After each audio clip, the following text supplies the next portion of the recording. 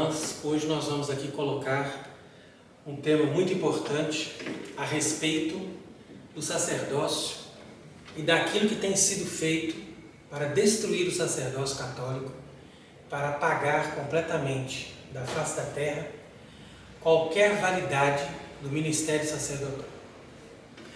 Então veja que neste último 25 de janeiro, na semana passada, este líder da igreja anglicana, quer dizer, essa igreja da Inglaterra, que se separou do Papa no século XVI, celebrou uma missa ali numa igreja em Roma, com autorização de Francisco. Então tudo isso eles fazem em nome do ecumenismo, em nome desta nova maneira de apresentar as coisas, fazendo com que as pessoas possam se sentir à vontade de dizer: olha, não, você é católico, você é anglicano, você é tal confissão, o que importa é que nós estamos todos unidos em Cristo. E assim também, em muitos lugares, eles estão celebrando com autorização de bispos, inclusive de Francisco. Então vem ali um padre junto com o pastor. Então quando a gente vê isso, a gente já percebe que aos poucos as pessoas estão perdendo a noção do valor e do que significa o sacramento da ordem.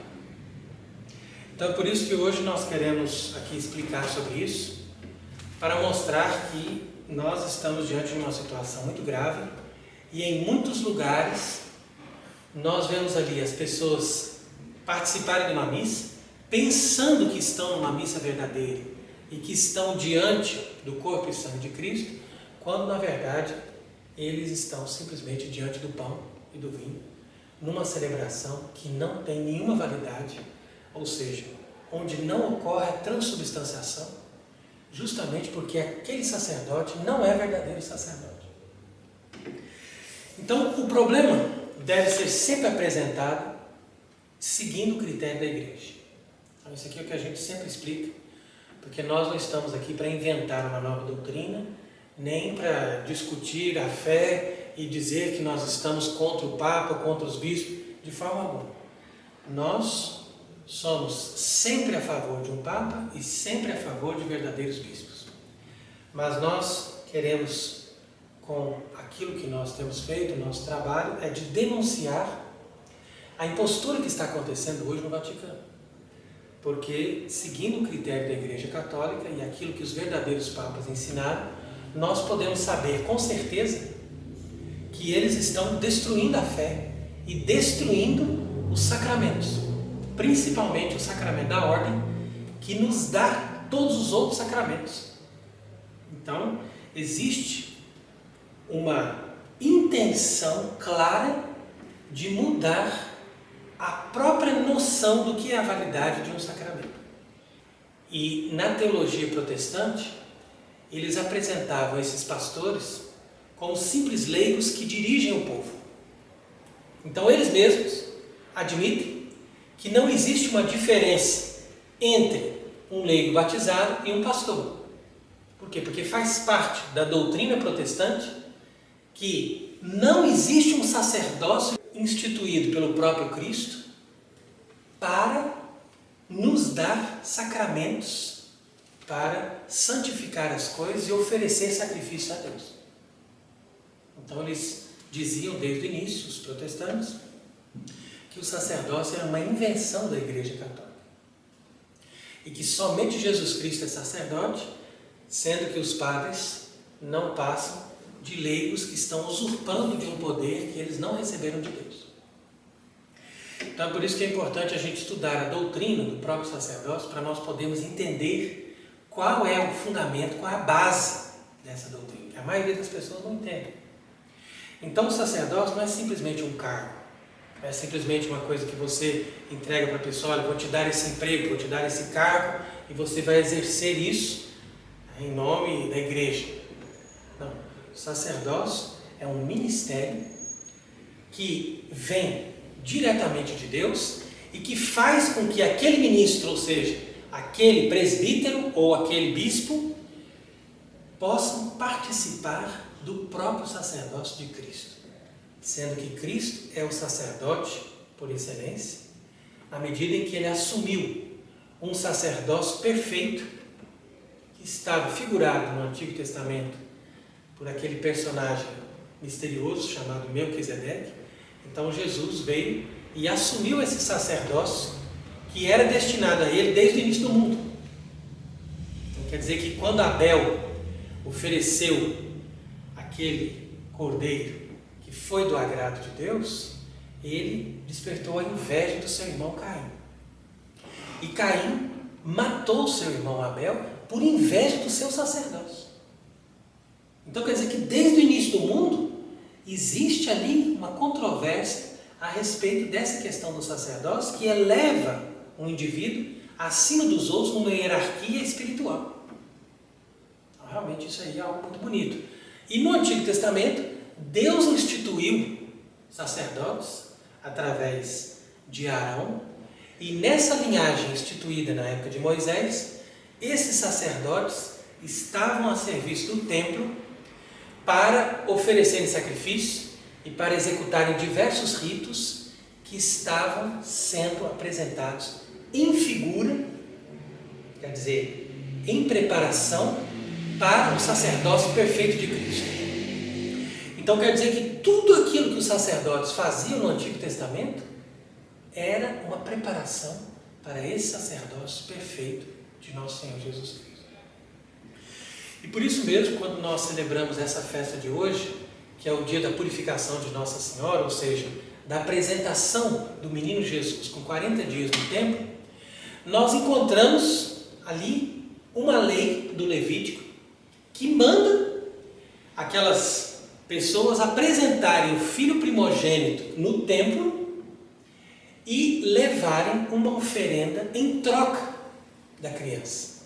Porque aquela criança, como consagrada a Deus, deveria ficar no templo.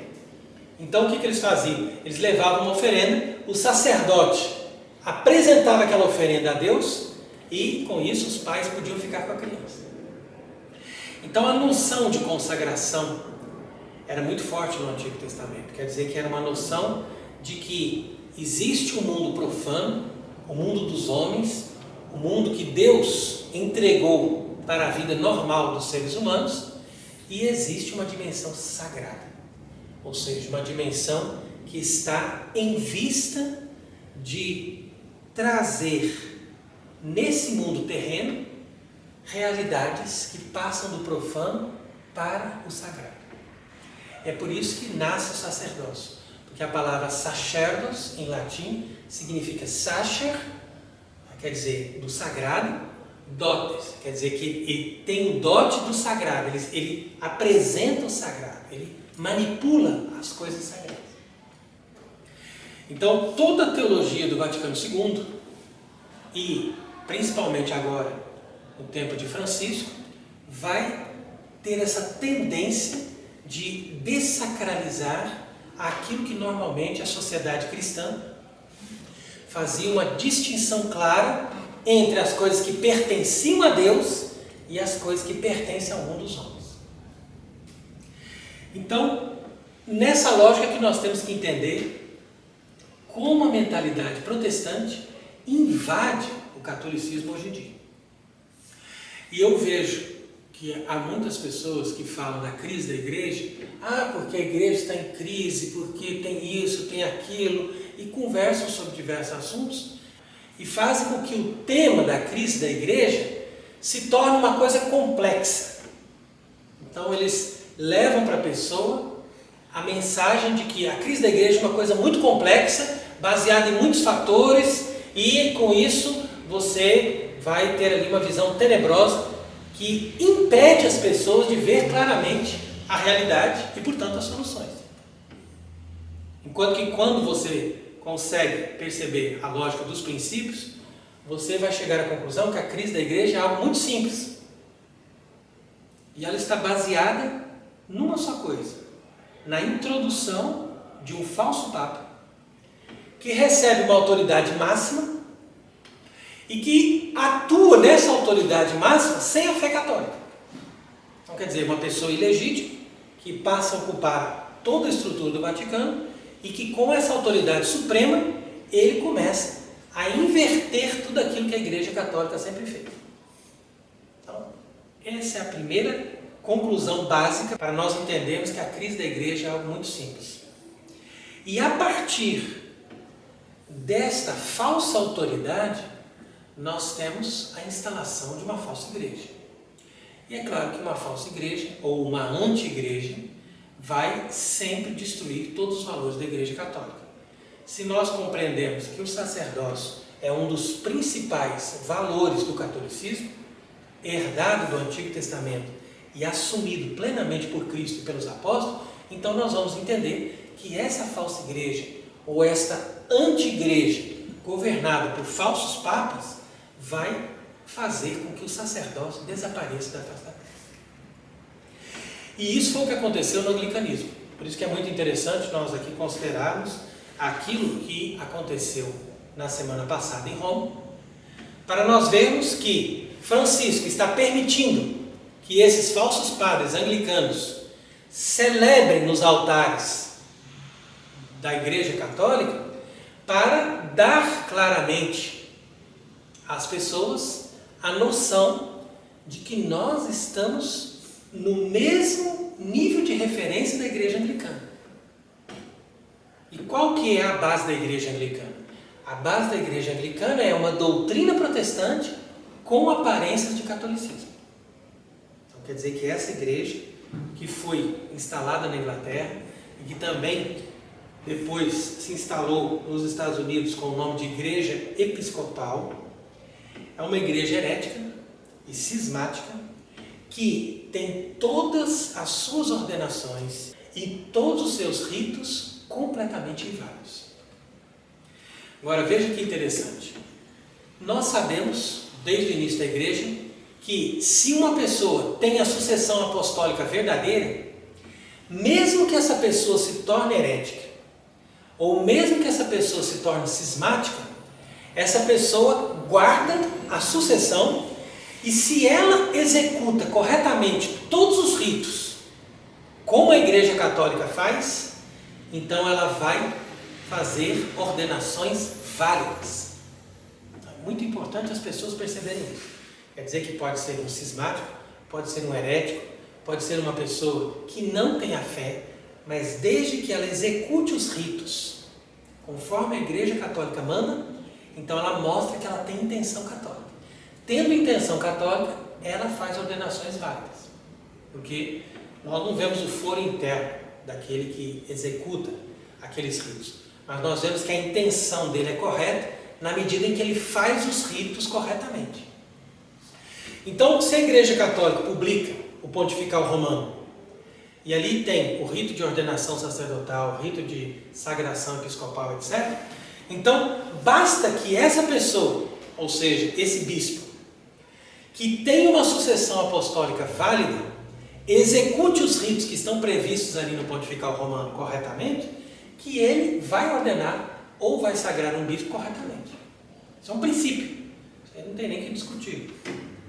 Entretanto, quando houve o cisma dos anglicanos, eles fizeram algo que antes nós nunca tínhamos visto entre os cismáticos e entre os heréticos. Eles tiveram a audácia de criar um rito novo. E criando esse rito novo, eles tornaram as ordenações deles duvidosas. Porque a partir desse rito novo que eles mesmos fizeram, sem aprovação do Papa, obviamente, porque eles já estavam separados do Papa, então eles criaram uma situação de dúvida. E essa situação de dúvida foi apresentada ao Papa Leão XIII. E o Papa Leão XIII, no século XIX, estudou a questão dos anglicanos. E depois de ter estudado, ele publicou um documento que se chama Apostolische Curiae, em 1896. E nesta bula de 1896, o Papa Leão XIII, com a sua autoridade de um verdadeiro Papa, deu a definição, caráter infalível, de que todas as ordenações dos anglicanos, a partir da mudança daqueles ritos, foram completamente nulas e inválidas. Ora, se nós comparamos a seita do Vaticano II com a Igreja Anglicana, que foi formada na Inglaterra em oposição à Igreja Católica, nós vamos perceber que existem muitas semelhanças.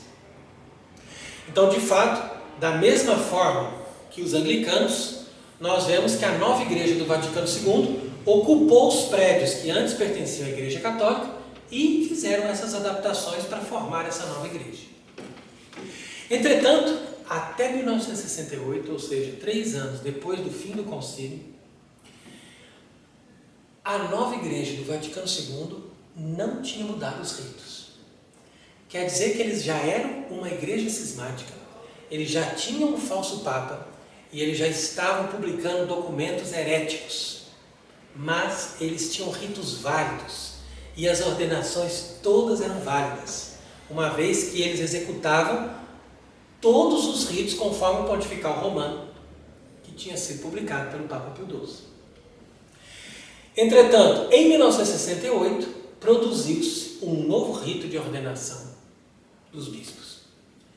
E também modificaram a ordenação dos padres, com pequenas mudanças, e também modificaram o rito de ordenação dos diáconos, também com pequenas mudanças. Mas a mudança da ordenação dos bispos foi total. E eles produziram um rito completamente diferente daquele rito que a Igreja Católica Romana sempre utilizou. Depois foi interessante que eles argumentaram que esse rito que eles fizeram em 1968 era um rito antigo de igrejas orientais que usavam aquelas formas, etc. Mas se você for procurar, você vai fazer uma pesquisa e você vai perceber que não existe nenhum rito na igreja no passado que utilizou exatamente aquelas mesmas formas. Eles podem ter se inspirado em alguma coisinha ali ou outra aqui, mas eles nem sequer tiveram cuidado de reproduzir algum rito antigo, porque se eles produzissem algum dos outros ritos antigos dos orientais, que portanto tinham aprovação da igreja, uma vez que todas essas igrejas orientais têm origem apostólica, e pelo menos nos primeiros séculos, todas essas igrejas eram unidas à igreja romana, e portanto eram válidas e legítimas, então eles teriam também produzido ordenações válidas, mesmo que fossem ilícitas por causa de estarem fazendo um rito oriental. Mas, na medida em que eles deixaram o rito da Igreja Católica verdadeira, e eles então começaram a querer ordenar bispos com um rito inventado, então, no caso, nós hoje estamos percebendo que a situação desta nova igreja do Vaticano II é muito semelhante à situação da igreja anglicana. E se nós temos uma situação semelhante à da igreja anglicana, nós podemos chegar à conclusão de que o rito de ordenação episcopal produzido por Paulo VI, falso papa, em 1968, tem o mesmo efeito dos novos ritos inventados pela igreja anglicana. Ou seja, como disse o Papa Leão XIII, são completamente nulos e inválidos.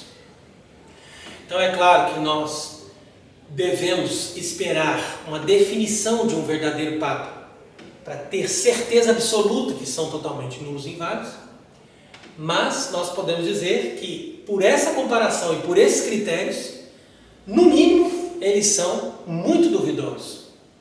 E nós não podemos de forma alguma contar com esses sacramentos confeccionados por esses novos bispos que foram sagrados após 1968.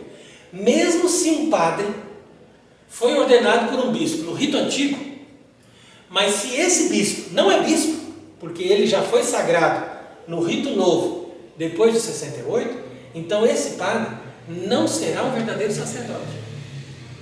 E ele, portanto, não pode celebrar missas válidas, nem sequer celebrando a missa tradicional, segundo o costume da Santa Igreja Romana. Então, por isso que eu estou dizendo essas coisas, porque muitas pessoas têm confusões sobre esse tema.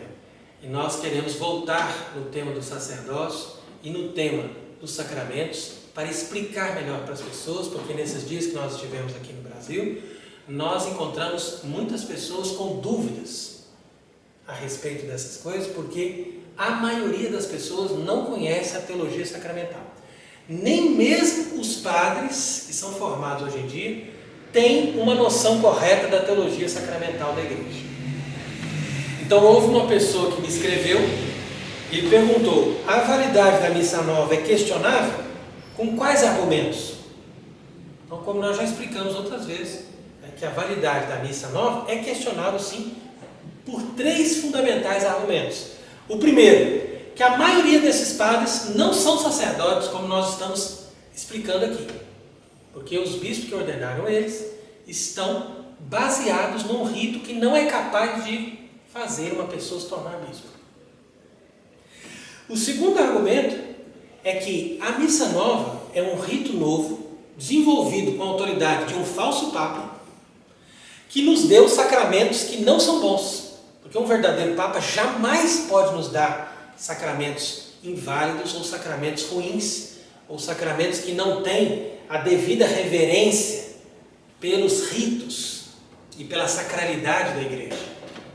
Então, é muito fácil perceber que todas essas abominações litúrgicas só poderiam vir de uma instituição falsa e ilegítima, que é o caso de Paulo VI. Ora, quando Paulo VI projetou essa missa nova, ele o fez com auxílio de padres e pastores protestantes. Então, a maior comissão que estava montada ali, na época de Paulo VI, para desenvolver a missa nova, era composta de anglicanos. E esses anglicanos trabalharam com a mesma mentalidade que fizeram na época as reformas de Cranmer. E quais foram os princípios que eles usaram? Baseando sempre a doutrina protestante e tentando adaptar isso dentro de aparências católicas. Então, com isso, eles criaram uma missa nova na Inglaterra no século XVI. E essa missa nova da Inglaterra do século XVI é a base da missa nova de Paulo VI. E por isso mesmo nós vemos que ela não pode ser válida. Por quê? Porque ela está imbuída de uma teologia que faz da missa um banquete comemorativo em reunião com as pessoas. Não quer dizer que as pessoas estão ali para comer em memória de Cristo o pão e o vinho.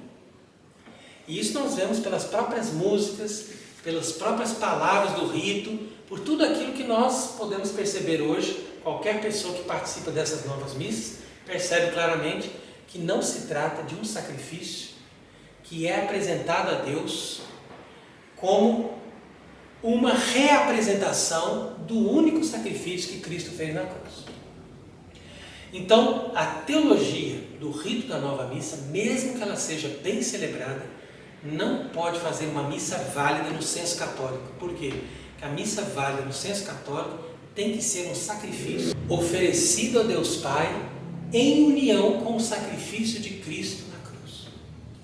No entanto, o terceiro argumento que mostra que essas missas não poderiam ser válidas no senso católico da validade desses ritos é justamente o fato de que esses sacerdotes que são formados hoje em dia, eles já não têm mais a doutrina sacramental da missa. Então, normalmente, eles celebram a missa sem a intenção de fazer o que a Igreja Católica verdadeira sempre fez, ou seja, de subir ao altar e oferecer o verdadeiro sacrifício de Cristo na cruz. Então é simples, nós podemos chegar a essa conclusão e nós devemos explicar para as pessoas que quando eles participam dessas missas modernas que são feitas hoje em dia, eles não estão participando de uma verdadeira missa, portanto estão perdendo tempo.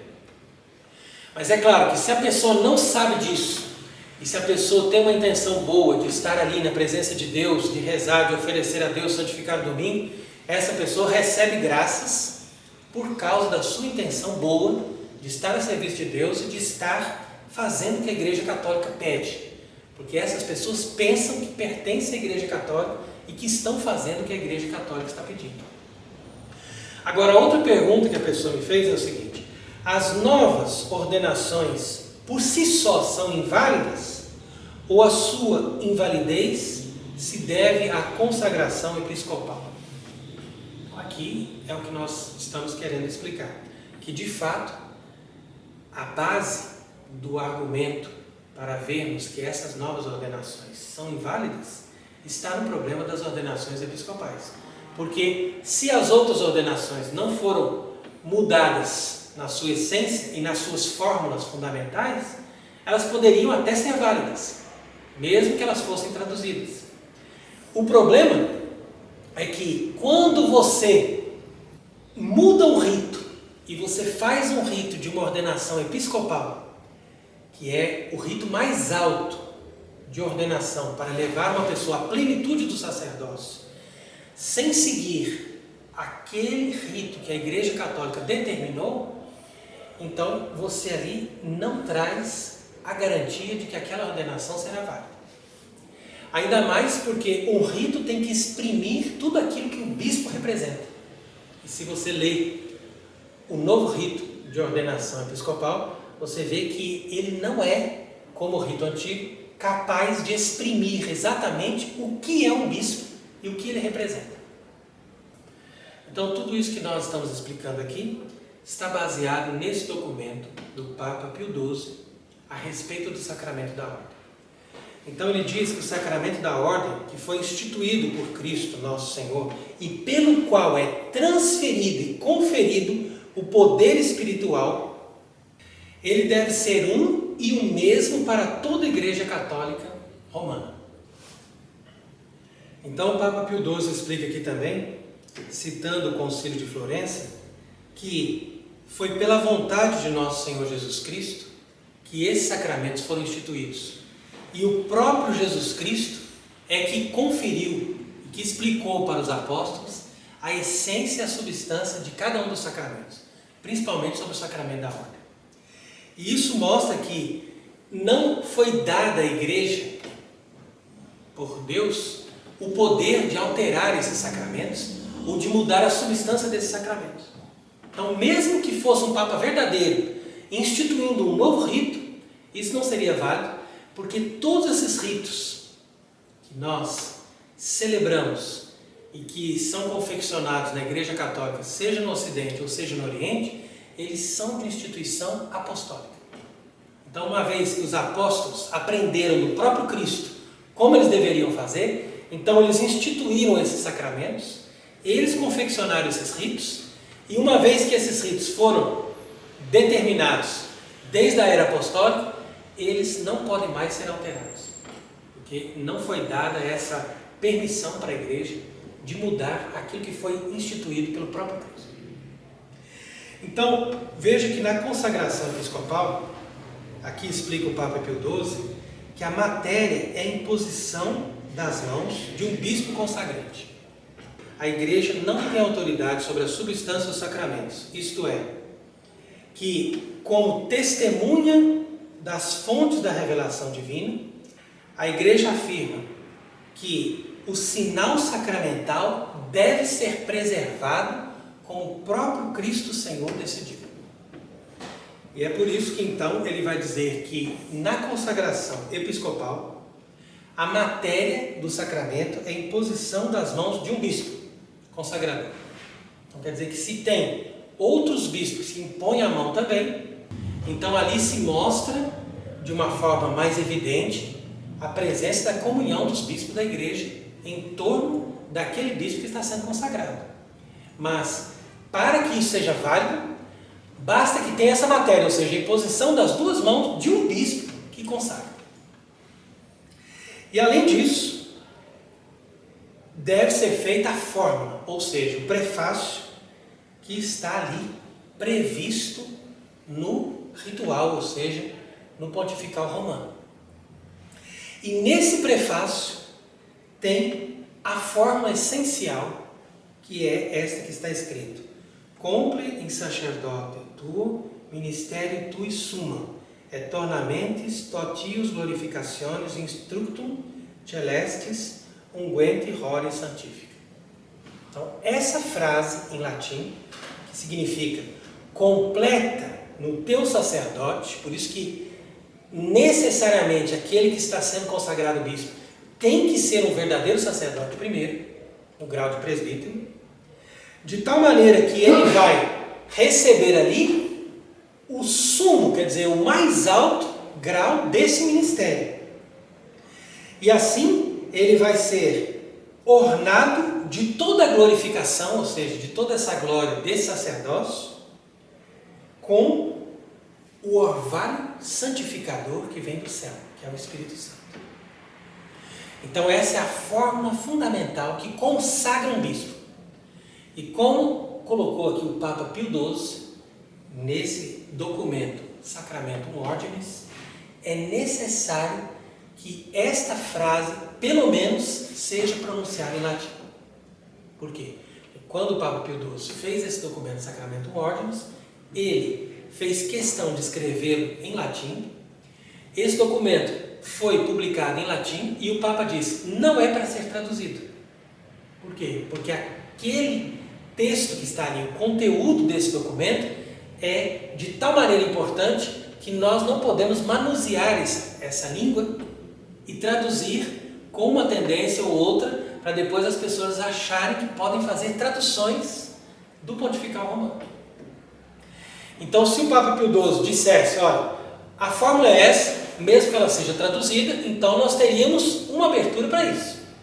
Agora, se ele faz o documento todo em latim, manda que o documento seja preservado em latim, e quando ele cita a frase fundamental que faz a validade da consagração de um bispo, ele a cita em latim. Então quer dizer que tudo ali indica que pelo menos essa frase tem que ser pronunciada em latim. Se esse bispo que consagra é um bispo validamente consagrado, e ele, mesmo que não tenha conhecimento do latim, ou mesmo que não tenha conhecimento de fazer a cerimônia conforme deve ser, com as devidas rubricas, etc., se ele impõe as mãos e se ele pronuncia essa forma corretamente, a consagração episcopal é válida. Então, isso que é importante as pessoas saberem. Essa é a base. E se ele então é validamente consagrado bispo, ele com certeza vai sagrar validamente outros bispos e vai ordenar sacerdotes e diáconos validamente, desde que ele cumpra aquilo que o Pontifical Romano prescreve e aquilo que o Papa Pio XII, que é o último verdadeiro Papa da Igreja Católica antes desse movimento de destruição, de apostasia, determinou aí para nós. Então quer dizer que é uma coisa muito simples. Na verdade, quando nós entendemos esses princípios, mesmo que essas coisas pareçam complexas, tudo isso se torna muito simples. Porque a igreja ela tem um princípio, ela tem uma lógica. E a lógica, como o Papa Pio XII explicou aqui, é seguir aquilo que foi determinado por Cristo aos apóstolos. Então, dentro dessa lógica, você vai perceber que a Igreja Romana, em torno do apóstolo São Pedro, desenvolveu o rito como está prescrito no Pontifical Romano. Enquanto que os outros apóstolos desenvolveram outras igrejas com outros ritos que são igualmente válidos. Mas para que eles sejam válidos, é necessário que eles sejam preservados na sua integridade, como vieram desde os tempos dos apóstolos. Entretanto, para que um rito de uma ordenação seja também lícito, é necessário que este bispo que esteja executando o rito esteja em união com a Sé Apostólica. E isso é uma coisa que nós sempre explicamos, porque as pessoas têm a impressão quase que supersticiosa que nós temos que ter um Papa de qualquer jeito. Olha, a Sé não pode ficar vacante nem um dia.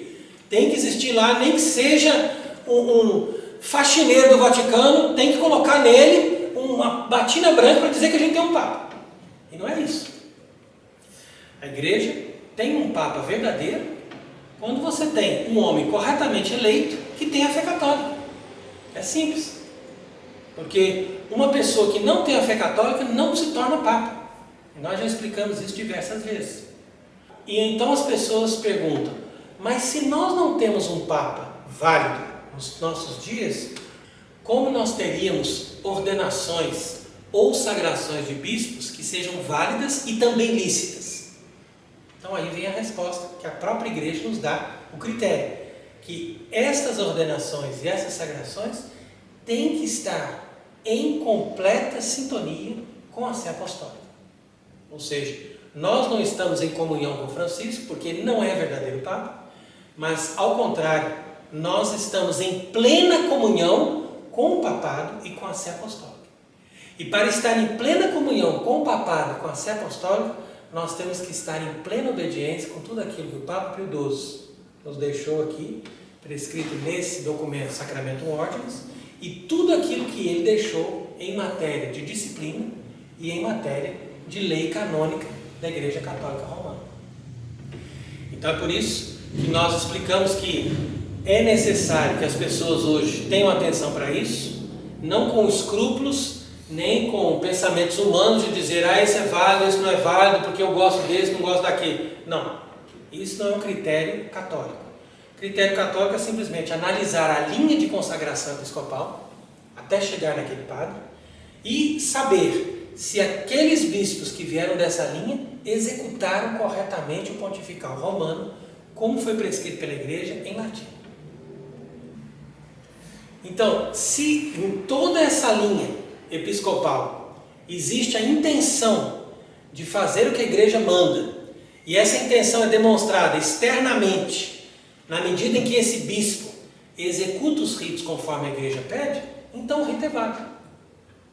É até muito interessante o caso de Talleyrand, que era um bispo válido, apesar de ser um homem totalmente imoral e que vivia nos ambientes políticos, nos ambientes mais corruptos, e justamente esse Talleyrand, que era bispo de Autun, tinha sido determinado por Napoleão, no começo ali do século XIX, para sagrar os novos bispos da França, depois que eles fizeram a concordata com o Papa Pio VII. Então o Papa teve que aceitar a exigência de Napoleão, e justamente ali, na França, em Paris, foram sagrados todos os bispos para a França pelas mãos desse único bispo, Talleyrand, que era, com certeza, a pessoa menos indicada para fazê-lo devido a todos os seus vícios e a toda a sua corrupção moral. Mas eles foram sagrados validamente e reconhecidos pelo Papa como válidos bispos. E justamente como eles estavam em comunhão com o Papa, eles eram bispos válidos e bispos lícitos, apesar de estarem numa situação de grave dificuldade depois que a França saiu da crise da Revolução Francesa. Então quer dizer que o que estraga a Igreja Católica não são os pecados das pessoas, ou não são as dificuldades diversas, humanas, os problemas que as pessoas podem ter nas situações diversas da vida humana. O que prejudica a Igreja Católica é só uma coisa, é a falta de adesão à verdade. Porque se nós aderimos à verdade, a Igreja permanece, apesar de todos esses problemas e todas essas vicissitudes humanas. Porque justamente o cura d'Ars, que é um exemplo de sacerdote, foi ordenado padre por um desses bispos sagrados por Talleyrand. Então, nós temos que prestar atenção nisso para nós não pensarmos que tal coisa ou tal coisa torna uma ordenação ou uma sagração inválida. Mas o que torna realmente uma sagração ou uma ordenação sacerdotal inválida é a mudança do rito. Ou quando a pessoa não faz aquilo que a Igreja determinou para que aquilo possa ser cumprido corretamente e assim para que o sacramento da ordem possa com certeza ser ali conferido no grau de sacerdote ou no grau de bispo. Então é por isso que nós estamos hoje preocupados em ensinar essas coisas, porque são muito poucos os bispos na terra hoje que estão comprometidos com a verdadeira fé católica e que têm uma ordenação sacerdotal e uma sagração episcopal válida e que ao mesmo tempo estão em plena comunhão com a Sé Apostólica, não só reconhecendo que Francisco é um falso Papa, mas também trabalhando com a intenção de que seja eleito um verdadeiro Papa, para que a Igreja Católica possa ser novamente governada por um verdadeiro pastor, um vigário de Cristo. Então, por isso, nós devemos valorizar esses bispos e devemos também colaborar para que esses verdadeiros sacerdotes, ordenados por esses bispos, e que tenham uma ordenação sacerdotal válida e que exerçam o seu ministério de forma lícita, em união com a Igreja Católica de todos os tempos, que esses sacerdotes, então, sejam capazes de exercer o seu ministério e que possam, então, atender as pessoas que não têm as missas, que não têm acesso à verdadeira Eucaristia e aos verdadeiros sacramentos. Então, é isso que a gente deseja para todos, na medida em que nós estamos atravessando essa situação tão difícil. Enquanto as pessoas não têm esses verdadeiros sacramentos e esses verdadeiros sacerdotes que possam celebrar verdadeiras missas, então que essas pessoas possam santificar o domingo, viver na oração, no conhecimento da fé e, na medida em que eles podem, eles aí vão procurar participar desses sacramentos uma vez por ano ou, eventualmente, na medida das suas possibilidades.